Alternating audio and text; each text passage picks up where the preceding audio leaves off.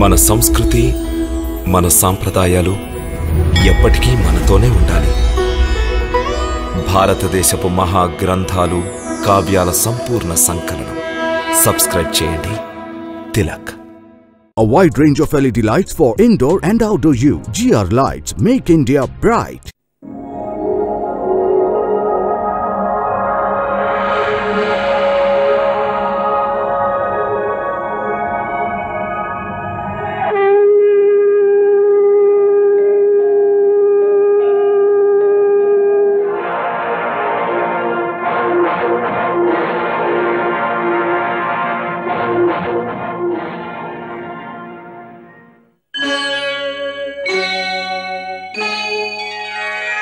Krishna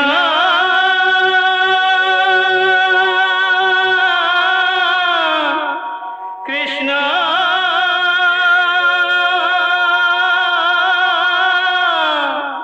Hare Krishna Hare Hare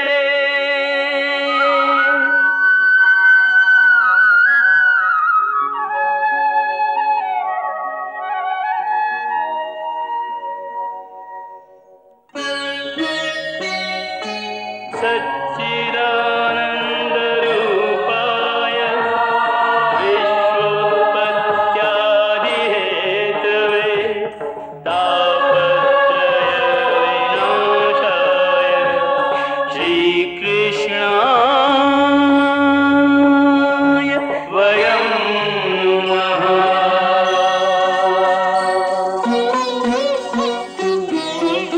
Shri Krishna Govind हरे मुरारे हे नाथ नारायण वासुदेव. हरे कृष्ण राधे राधे कृष्ण कृष्ण हरे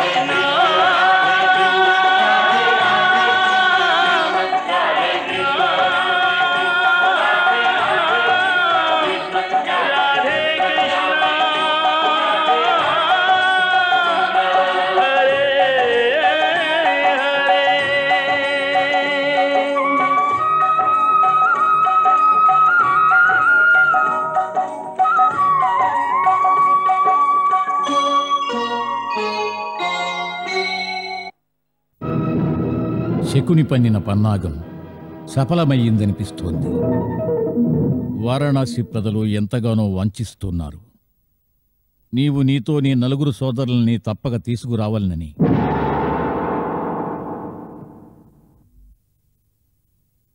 నీ తండ్రి పాండు మహారాజుతో అతడి ప్రజలకు మంచి స్నేహ సంబంధాలున్నాయి. వారు మీ 5 సోదరులను చూడాలని ఉవ్విళ్ళూరుతున్నారు. కావున నీవు అర్జునుణ్ణి, భీముణ్ణి, నకులుణ్ణి, సహదేవుణ్ణి అందరినీ తీసుకుని అవశ్యము వెళ్ళవలను. ధర్మరాజు, అర్జునుడు, భీముడు, నకులుడు, సహదేవుడు 5 పాండవులు శకుని పన్నాగం గురించి తెలియక తల్లితో పాటు వారణాసి దిశగా సాగిపోతున్నారు.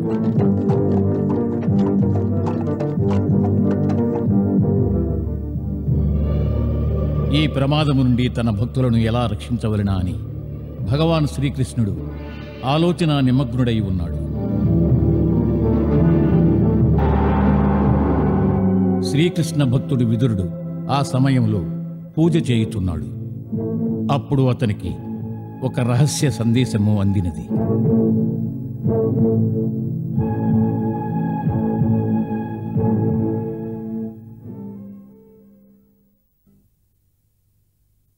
జయము జయము మహామంత్రి. ఏమిటి ప్రభు, ద్వారం వద్దకు ఒక సాధువు వచ్చాడు.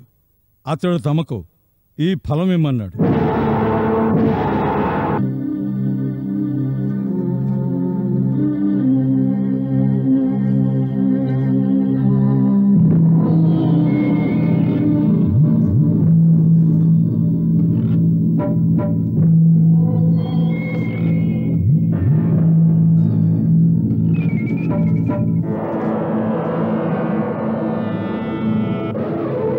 శివాలయము వెనుక భాగాన వటవృక్షం క్రింద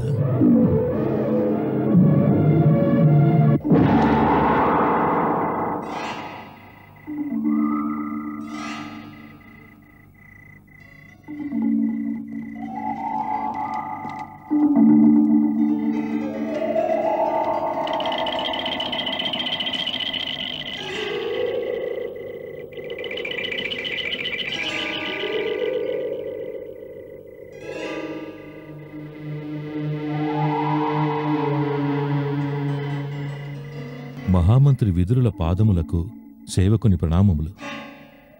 ఏమైనది వజ్రదత్త? నీవిలా మారువేషంలో వచ్చుటకు ఏమైనా కారణమున్నదా? క్షమించండి ప్రభు, మరో దారిలేకెలా వచ్చాను. మన ఆప్తులకు ఆపద రాబోతున్నది ప్రభు, చాలా పెద్ద ఆపద రాబోతున్నది. ఆపద? అవును, ఈసారి ఎత్తుగడ చాలా తీవ్రమైనది. నా భయమేంటంటే వారు ప్రస్తుతం మీ ప్రతి కదలిక మీద దృష్టి సారించి ఉన్నారు. అందుకే నేను మిమ్మల్ని కలవడానికి మీ భవంతి లోపలికి రాలేకపోయాను. ఏమిటా ఎత్తుగడ? పంచ పాండవులను ఏకకాలములో హత్య చేయాలని.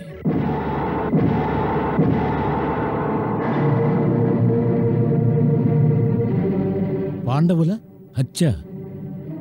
అవును, దురదృష్టవశాత్తు ఈసారి శకుని ఎత్తుగడ ఎంత సక్రమంగా ఉందంటే పాండవులు వారి చితివైపు వారే స్వయముగా వెళుతున్నారు.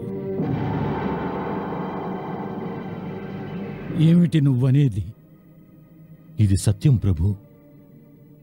వారణావతంలో పురాతన రాజభవనమును మరమ్మతుల నెపంతో సంపూర్ణంగా లక్కతో పునర్నిర్మిస్తున్నారు. మొదటి రాత్రే ఆ లాక్షాగృహానికి నిప్పంటించబడుతుంది.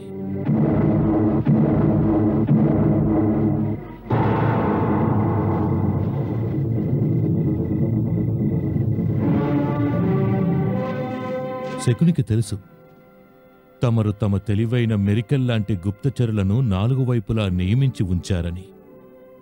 నేటి వరకు తను వాళ్ళని ఏమీ చేయలేకపోయాడు. అందుకే అతడు మీ గురించే భయపడతాడు. ఈనాడతడు తన జీవితంలో ఇంతవరకు వేయని ఎత్తుగడను వేశాడు. దాన్ని గుప్తంగా ఉంచాడు. ఆ ఎత్తుగడ గురించి మీకు రవ్వంత కూడా తెలియకుండా చేశాడు. తను ఈ విషయంలో సఫలుడయ్యాడు కూడా. ఇదంతా జగత్రక్షకుని కృపవల్లే అనుకోండి. కేవలం 2 దినాల ముందే నాకు దీని గురించి సమాచారం అందింది. ఎన్నో మణుగుల లక్క వారణావతానికి చేరుతోంది. అంతే, దీని గురించి నేను ఆరా తీయగా వారి ఎత్తుగడ గురించి నాకు తెలిసింది. చాలా ఆలస్యంగా తెలుసుకున్నావు వజ్రదత్త, చాలా ఆలస్యంగా. నువ్వు కూడా ఇక్కడికి ఆలస్యంగానే వచ్చావు. లేదు ప్రభు, నేను నిన్ననే వచ్చాను. వస్తూనే గమనించాను. భీష్ముల వారి ఇంటి వద్ద, తమ ఇంటి వద్ద శకుని గుప్తచరులు మారువేషాలలో సంచరిస్తున్నారు. మిమ్మల్ని ఎవరు కలిసినా వారిని వెంబడిస్తున్నారు. వాళ్ళు ఎవరు, మిమ్మల్ని ఎందుకు కలిశారని. అందువల్లే నేనిదంతా ఇలా చేయవలసి వచ్చింది. మిమ్మల్ని కలవకుండానే మీకీ సందేశం పంపించాను. సందేశం అందినది వజ్రదత్త, కానీ పాండవులకు సహాయం ఎలా అందించగలను?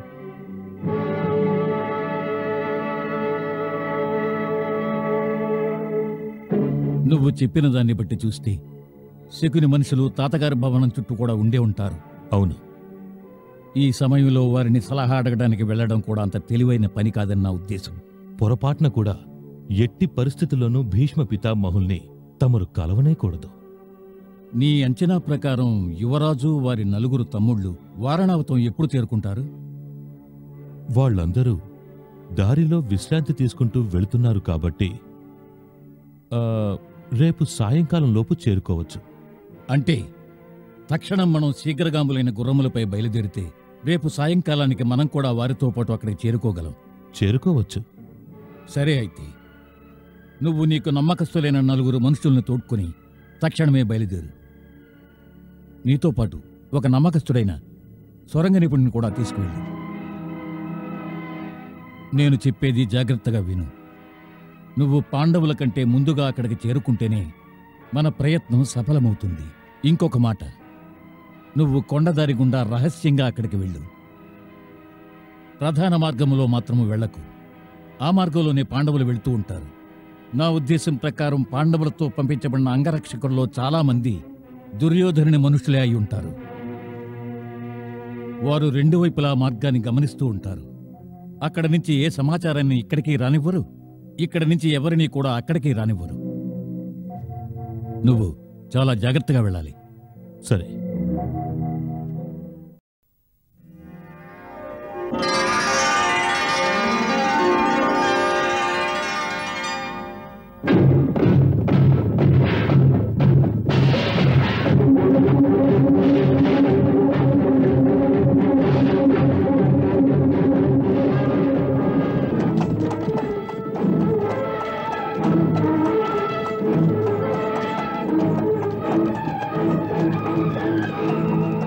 సేనాని, సూర్యాస్తమయ సమయం కాబోతోంది. నేటికి ఇక్కడే విశ్రమిద్దాం. చిత్తం ప్రభు.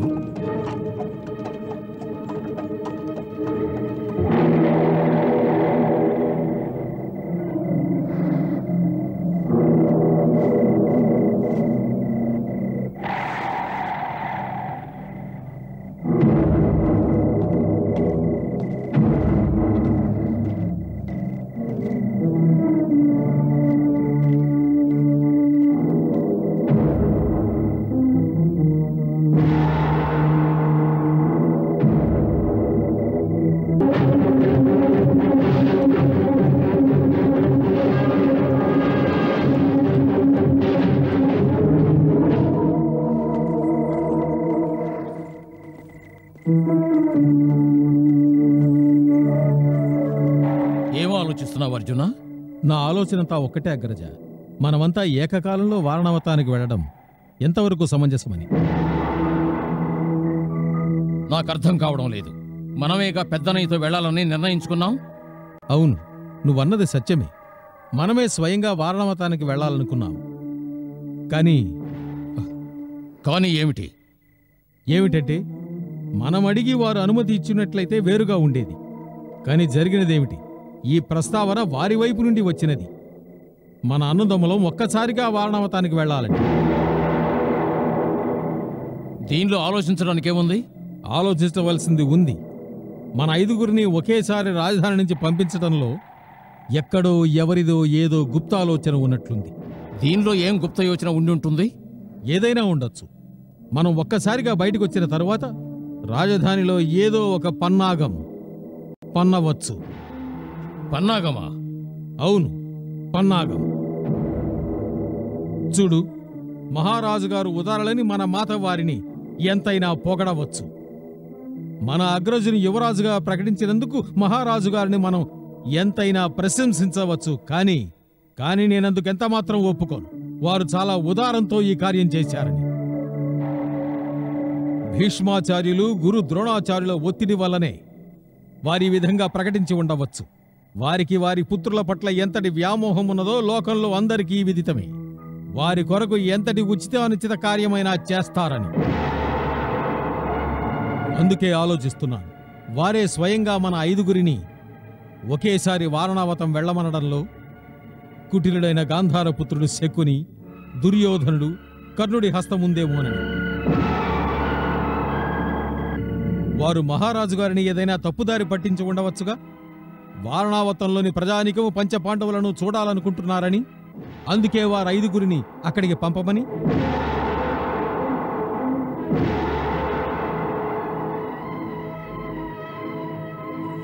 మోసం జరుగుతుందని అనుకుందాం. దానివల్ల వాళ్ళకేం లాభం? మనందరినీ ఒకేసారి రాజధాని నుంచి పంపించి మొత్తం రాజ్యాన్ని వాళ్లే చేజిక్కించుకోవాలనుకుంటున్నారా? అవును, బాగుగా గ్రహించినావు అగ్రజ, బాగుగా గ్రహించినావు. నీవు అనుకోవచ్చు వారి తండ్రికి ఇంకా రాజ్యాధికారం ఉన్నదని. కానీ ఈ అవసరమేమున్నది? నా ఉద్దేశంలో అగ్రజ, వారి తండ్రి కూడా వారి మార్గంలో కంటకమే. దాని వారు ఏ క్షణంలోనైనా తొలగించవచ్చు. నీ ఉద్దేశం వాళ్ళు తండ్రి గారిని అంతం చేస్తారనా? లేదు లేదు అర్జున, వాళ్ళు మహారాజుని అంతం చేయలేరు. అంతం చేయాల్సిన అవసరమేమున్నది అగ్రజ? అంతం చేయాల్సిన అవసరమేమున్నది? వారిని సింహాసనం నుంచి తొలగించి వీరు సింహాసనాన్ని అధిష్ఠిస్తారు. అలా జరగదు. కాస్త ఆలోచించు అగ్రజ. మహారాజు గారు మన అగ్రజుణ్ణి యువరాజుగా ప్రకటించిన అనంతరం దుర్యోధనుని కళ్ళన్నీ మంట కలిసిపోయాయి. ఇక ఈ జన్మలో అతనికి హస్తినాపురానికి రాజయ్యే అవకాశం లేదు. ఇప్పుడు అతనికి ఒకే ఒక మార్గం ఉన్నది. మనల్ని రాజధాని నుంచి కొంతకాలం దూరంగా ఉంచి, మనం అక్కడ లేని అదను చూసి మహారాజును తొలగించి వాళ్లే స్వయంగా సింహాసనాన్ని అధిష్ఠించి మనల్ని తిరిగి రానివ్వకుండా చేస్తారు. అంతే. నీవాలోచించినట్టు ఈ సంఘటన జరగవచ్చు, కానీ అలా జరగదు. ఎందుకు జరగదు? మనం కాక ఇంకెవరు అడ్డుకుంటారు వాళ్ళని? భీష్మ పితామహులు, గురువులు ద్రోణులు, విదురుడు. అవును అర్జున, యువరాజు రాజ్యానికి ఉత్తరాధికారి అవుతాడు. అందువల్ల రాజు పట్టుబడినా లేక మరణించినా ఆ సింహాసనం మీద అధికారం ఉత్తరాధికారికే సంక్రమిస్తుంది. ఎప్పటి వరకు యువరాజు ఉత్తరాధికారి జీవించి ఉంటాడో అప్పటి వరకు భీష్మ పితామహుడు, ద్రోణాచార్యులు దుర్యోధనునికి సహకరించరు, ఎట్టి పరిస్థితులను ఒప్పుకోరు. వారిరువురిని ఎదిరించే శక్తి దుర్యోధనునికి గాని కర్ణునికి గాని లేనే లేదు. అందుచేత ఏదైనా కుట్ర ఉండుంటే వాళ్ళు ఒకే ప్రయత్నం చేస్తారు. ఒంటరిగానే అగ్రజుణ్ణి వారణావతం పంపించుండేవారు. ఎందుకంటే వారి రక్షణ కోసం మనలో ఎవ్వరూ ఆయనతో పాటు ఉండకూడదు. రాజధానికి దూరంగా ఒంటరిగా ఉన్న యువరాజుపై ఏ సంఘటనైనా జరగవచ్చు. ఇప్పుడు అర్థమైందా? యువరాజు జీవించి ఉన్నంత వరకు మహారాజు గారిని అంతం చేసినా కూడా దుర్యోధనుడు రాజ్యాన్ని పొందలేడు.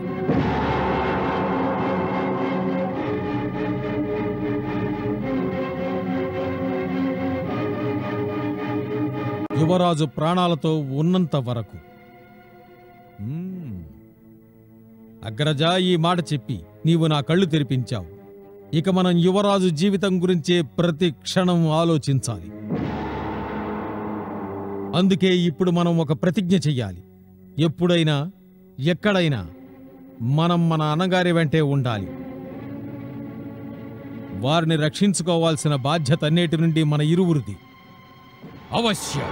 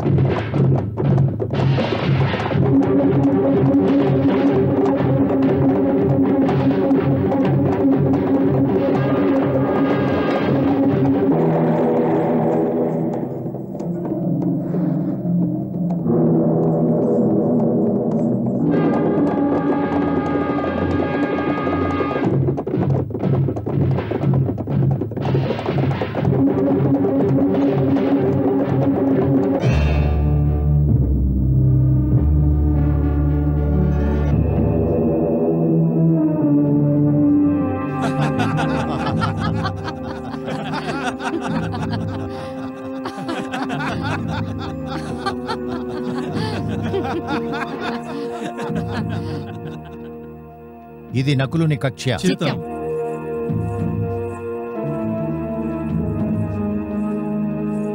ఇది సహదేవుని కక్ష్య.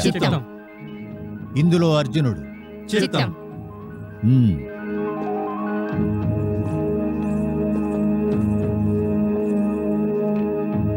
ఇక్కడ భీమసేనుడు ఉంటాడు.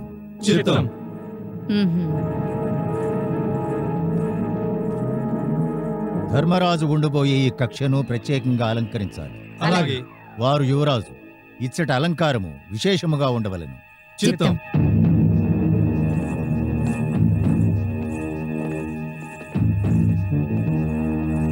అలాగే మహారాణి కుంతీదేవి ఉండబోయే ఈ గదిని కూడా ప్రత్యేకంగా అలంకరించాలి. సరే. నువ్వు సైరంధ్రి వేషంలో మహారాణికి సేవకురాలుగా ఉండాలి. అలాగే. మీ 5గురు ఈ వారణాసిపుర సేవకులుగా ఒక్కొక్క రాకుమారిని సేవిస్తూ ఉండాలి. అలాగే. ఇంకో విషయం, నిద్రపోవడానికి ముందు వారు సేవించే పాలలో మత్తును కలిగించే మందును కలిపివ్వండి. అగ్ని రగులుకునేంత వరకు వాళ్ళు స్పృహలోకి రాకూడదు. గుర్తుంచుకోండి, వాళ్ళొచ్చిన మొదటి రాత్రే ఈ పనంతా పూర్తి అవ్వాలి. అలాగే, మేము గుర్తుంచుకుంటాము, వాళ్ళు గుర్తుంచుకుంటారు.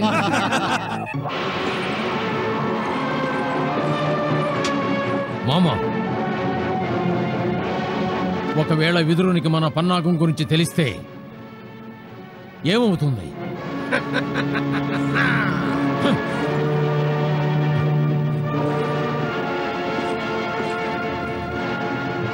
మిమ్మల్ని అడిగేది, మన పన్నాగం గురించి తెలిసిందంటే ఏమవుతుంది శకుని మామ? అల్లుడు, ఏదైనా ఒక పెద్ద కార్యం కోసం ముందడుగు వేసినప్పుడు అది సఫలమవుతుందా లేదా అని అనడమే కాదు, ఆలోచన కూడా చెయ్యకూడదు. దానివల్ల అపశకునం జరుగుతుంది, మనోబలం క్షీణిస్తుంది. చూడు, పన్నాగం కూడా ఒక రకమైన యుద్ధమే. కరవాలంతో కాదు, బుద్ధిబలంతో చేయాల్సి వస్తుంది. బుద్ధిబలంతో. కరవాలంతో యుద్ధం చేసే వీరులకు ఎలాంటి నియమాలు ఉంటాయో అవే నియమాలు బుద్ధిబలంతో చేసే వీరులకు కూడా ఉంటాయా?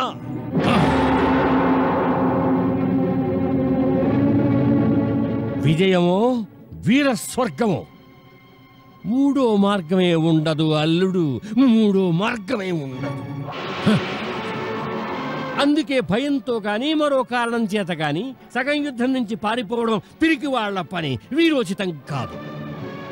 అందుకే ఎప్పుడూ ఆలోచించకు, ఇలా అయితే ఎలా ఉంటుంది, అలా అయితే ఎలా ఉంటుంది అని. అర్థమైందా? ఇప్పుడు మన బాణం ప్రయోగించబడింది, అది సఫలమవుతుందనే భావించు, సఫలమవుతుందనే భావించు. ప్రస్తుతం ఈ విషయం ఆలోచించకు. విదురుడికి మన పన్నాగం గురించి తెలిసిపోతే ఓడిపోతామని అల్లుడు. ఇప్పుడు ఆలోచించవలసింది, మన పన్నాగం సఫలీకృతమైతే నీ రాజ్యాభిషేకం ఏ స్థాయిలో జరుగుతుందని.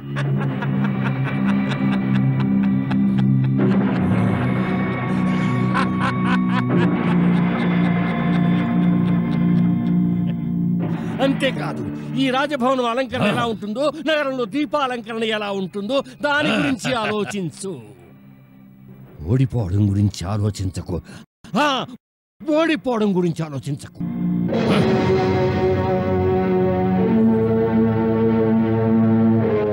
మీరు సరిగ్గా చెప్పారు శకుని మామ.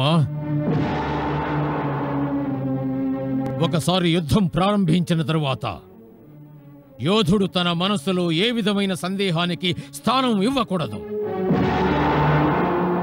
నేను కూడా దాన్ని ఒప్పుకుంటున్నాను.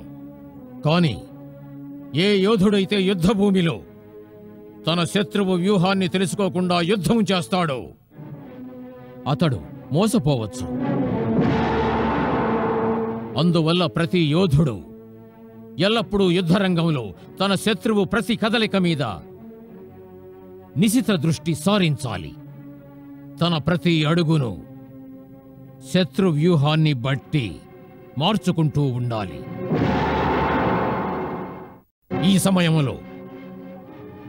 ఈ సమయంలో మన పన్నాగం సఫలమవడానికి ఆధారం ఒక్కటే, అన్నిటికంటే పెద్ద ఆధారం ఒక్కటే.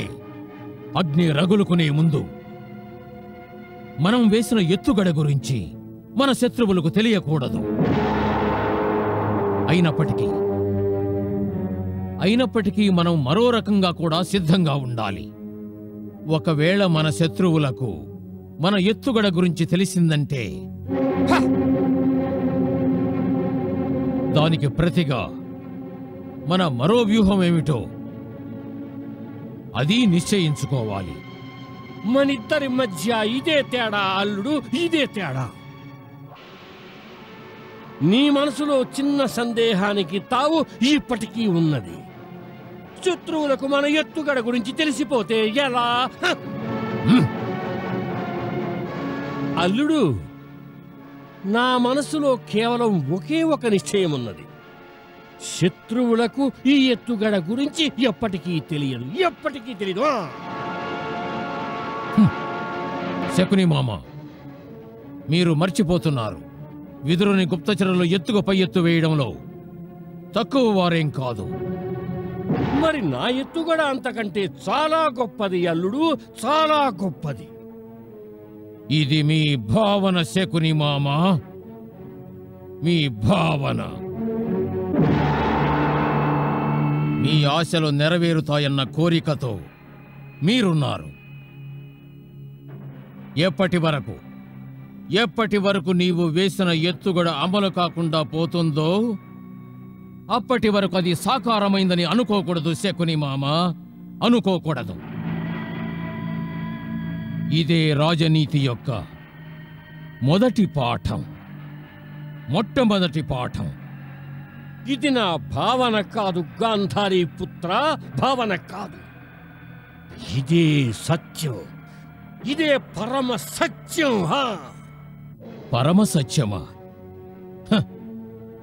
దీనికి ప్రమాణం కావాలా?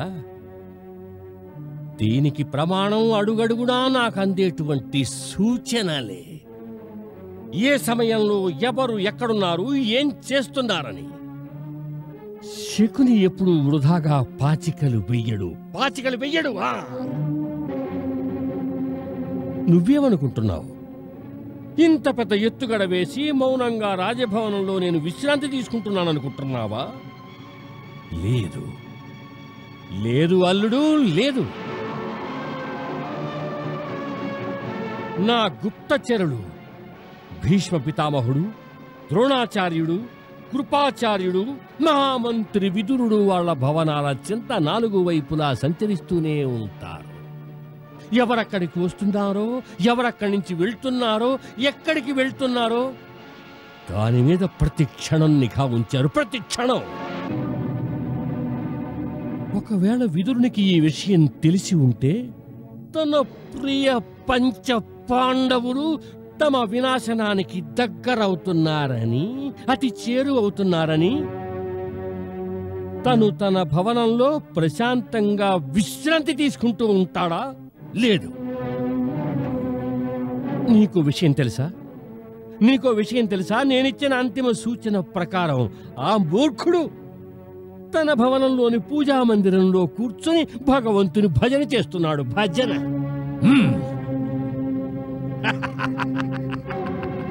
మరి ఎక్కడో వినాశనాన్ని సృష్టించే ఆ కాళరాత్రి ముందుకొస్తోంది.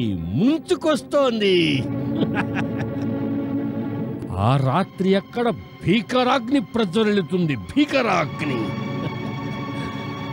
అందులో పాండవ వంశం నిర్వంశమైపోతుంది, హల్లుడు నిర్వంశమైపోతుంది. ఏ జగన్నాటక సూత్రధారి, నేడు నీ భక్తులను కష్టాలనే నీలి నీడలో ఆవరించాయి. రక్షించు ప్రభు, నా గౌరవాన్ని దక్కించు. కుంతీదేవిని, ఆమె పుత్రులను రక్షించు. వారిని శత్రువుల బారి నుంచి కాపాడు ప్రభు. ఆదుకో ప్రభు, ఆదుకో.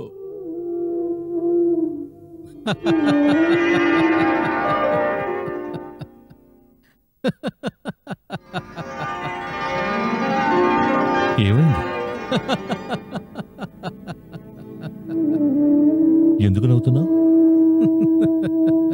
నేనెందుకు నవ్వుతున్నానంటే, ఒక పరమ జ్ఞాని కూడా ఎంత త్వరగా చెలించిపోతాడని. ఇంతకీ అతనికి బాగా తెలుసు నేను ఎవరికి తోడుగా ఉంటానో వారికి మరి ఎటువంటి భయమూ ఉండదని. ఇదంతా నీ మాయాలేలే. గొప్ప గొప్ప వాళ్లనే తలకిందులు చేస్తావు. నిజమే అనుకో.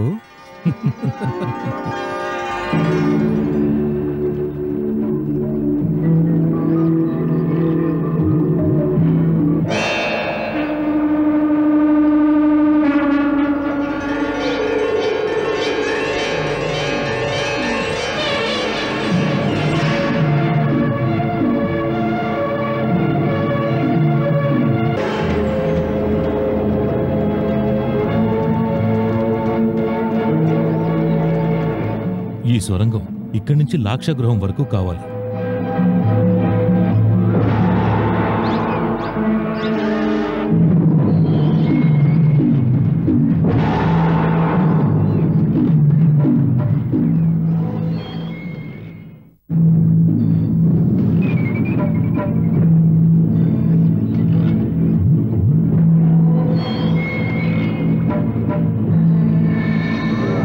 ఎప్పుడైతే వారు ఆ గృహానికి నిప్పు పెడతారో వారి సైనికులు అవశ్యం ఆ గృహాన్ని నలువైపులా చుట్టుముడతారు. ఒకవేళ పాండవులు ఏదో విధంగా బయటపడ్డానికి ప్రయత్నిస్తే ఆ సైనికులు వారిని హతమార్చి అగ్నిలో పడేస్తారు. అందుకే నా ఉద్దేశం, మనం ఈ స్వరంగాన్ని ఆ గృహం నుంచి ఇక్కడి వరకు తవ్వాలి. వాళ్ళు స్వరంగం నుంచి బయటికి రాగానే నువ్వు వెంటనే నీ నావలో కూర్చోబెట్టుకుని వాళ్ళని ఈ ఒడ్డు నుంచి ఆ ఒడ్డుకి తీసుకెళ్ళాలి. అలాగే. మీరు చెప్పింది బాగానే ఉంది, కానీ ఇంత పెద్ద సొరంగం తవ్వాలంటే సమయం చాలదే. అది నాకు తెలుసు, కానీ మనం ఈ పని చేసే తీరాలి. మీరు తక్షణం తవ్వడం ప్రారంభించండి. యువరాజు తన పరివారంతో అక్కడికి చేరుకున్న వెంటనే నేను నాతో పాటు 2-3 మనుషులు సేవకుడి వేషాల్లో అక్కడికి చేరుకుని అక్కడికి వెళ్లి వారి సామాను లోపల పెట్టే నెపంతో ఇంట్లో దూరి ఏదో ఒక మూల చీకట్లో నక్కి రాత్రయ్యేంతవరకు ఎదురు చూస్తాం. ఒకవేళ అవకాశం దొరికితే మేము అక్కడి నుంచి స్వరంగం తవ్వడానికి ప్రయత్నిస్తాం.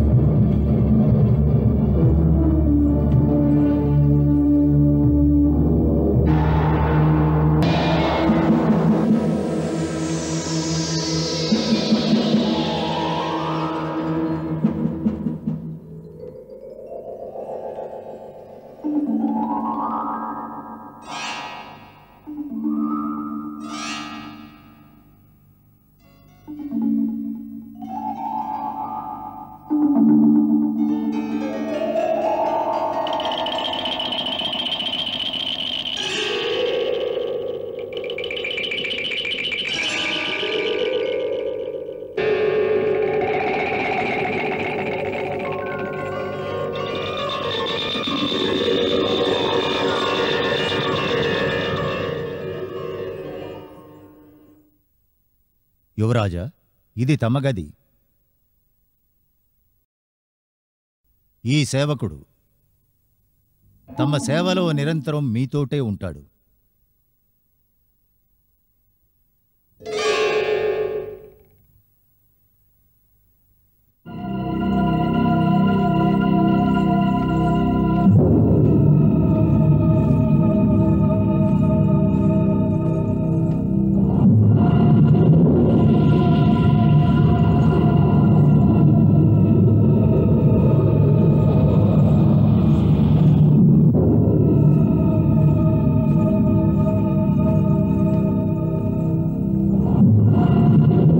మహారాణి గారి కోసం మీ పక్కనే ఉన్న గదిని ఏర్పాటు చేశాం. మహారాణి గారు,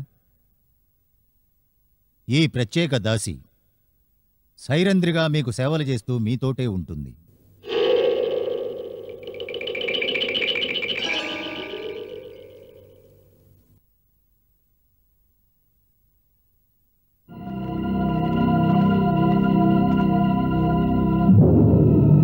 యువరాజు గారి వస్తువులు ఈ గదిలో పెట్టండి. మహారాణి గారి వస్తువులు ఆ గదిలో పెట్టండి.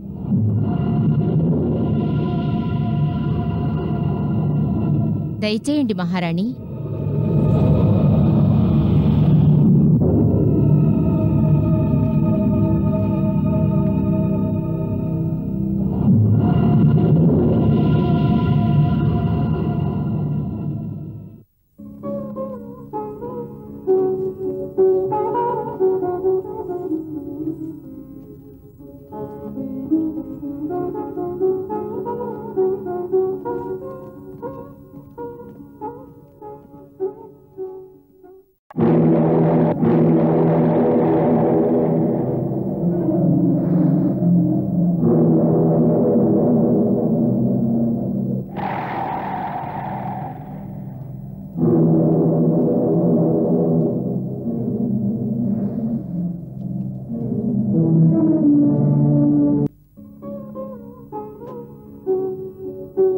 దాన్ని అక్కడ పెట్టు. అలాగే మహారాణి.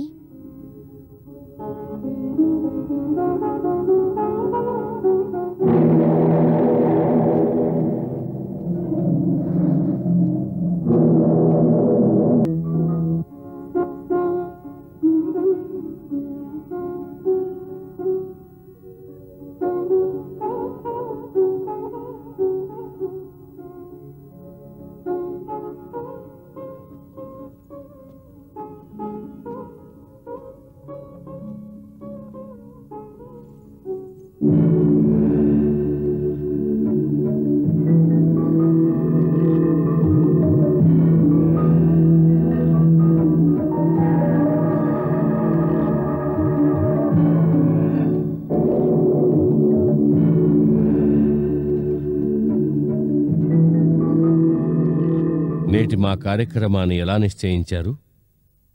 శివపూజకు ఎప్పుడు వెళ్ళాలి? రేపు సంధ్యాకాలంలో యువరాజా. ప్రజలందరితోటి ఎప్పుడు కలవాలి? వారందరూ నేడే మీ దర్శనానికి రావాలనుకుంటున్నారు. యువరాజు 4 దినములు ప్రయాణము చేసి అలసిపోయి విశ్రాంతి తీసుకుంటున్నారని మేమే వారిని వారించాం. రేపు తమరు ఎప్పుడు ఆజ్ఞాపించినా ప్రజలకి తమ దర్శనం కోసం అనుమతినిస్తాం.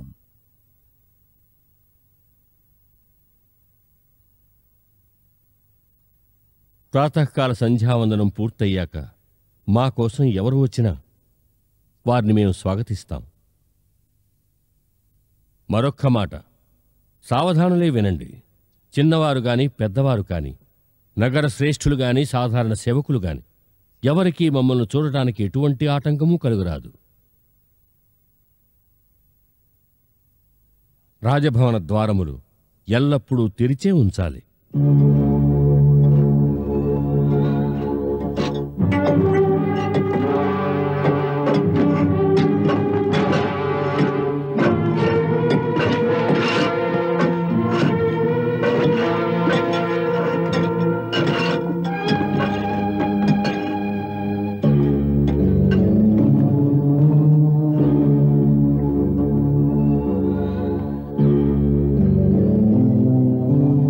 ఎంతవరకు వచ్చింది? సగం పూర్తయింది.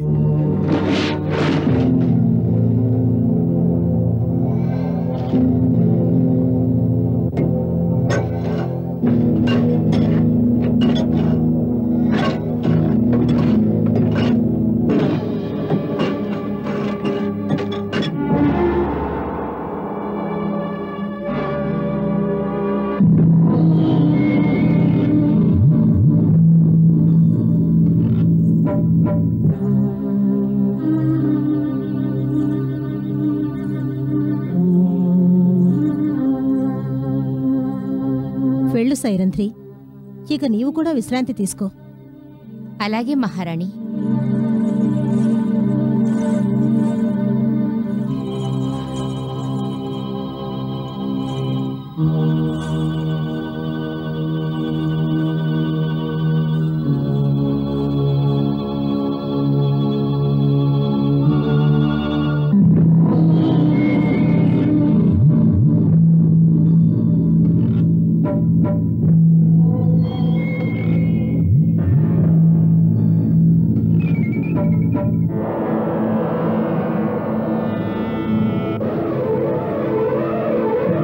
ఏమిటి ఇంత ఆలస్యమైంది? ఆ ముసలిది నిద్రపోతేగా. ఆమె కాళ్ళు నొక్కి నొక్కి నా చేతులు పడిపోయాయనుకోండి.